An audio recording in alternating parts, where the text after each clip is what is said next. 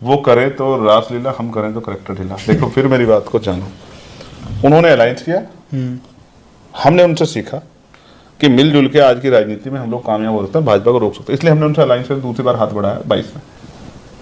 पिछले अब आपने कहा कि उन्होंने 2 अप्रैल का जिक्र किया, तो भाई 2 अप्रैल के जिक्र तो आपको फिर आप ये कहेंगे, अगर आप हाथ बढ़ाते हैं कि भाई हमें संविधान बचाना है और जो है देश बचाना है तो ठीक है, हम हाथ बढ़ाते हैं तो हम गलत हो जाते हैं। तो आपने अलायंस क्यों किया 2019 में? और जब अलायंस किया तो आपने कहा अपनी बातों से कि ये इनका कोई दोष नहीं था, उनका कोई दोष नहीं, फिर अब इस तरह की बातें क्यों करने लगे हो? तो देखो बहन जी हमारी बड़ी है, मैं उनका सम्मान करता हूँ, लेकिन मैं उनसे उनके किसी भी सवाल पर से जवाब देना चाहता।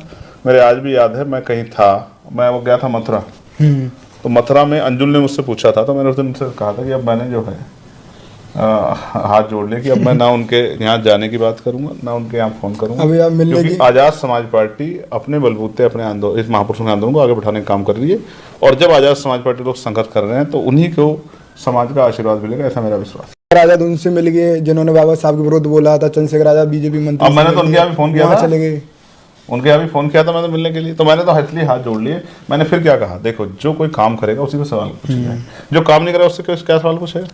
तो जिसके अंदर उम्मीद होती है समाज उससे सवाल करता है। मैं तो जो आज उस दल में जो लोग हैं उनसे भी कहना चाहता हूँ कि वास्तविकता में अगर आप महापुरुषों की विचारधारा को आगे बढ़ाने के, महापुरुषों के मिशन काम करना चाहते हैं, तो फिर आपको व्यक्ति की चिंता नहीं करनी, फिर आपको विचारधारा की चिंता करनी चाहिए।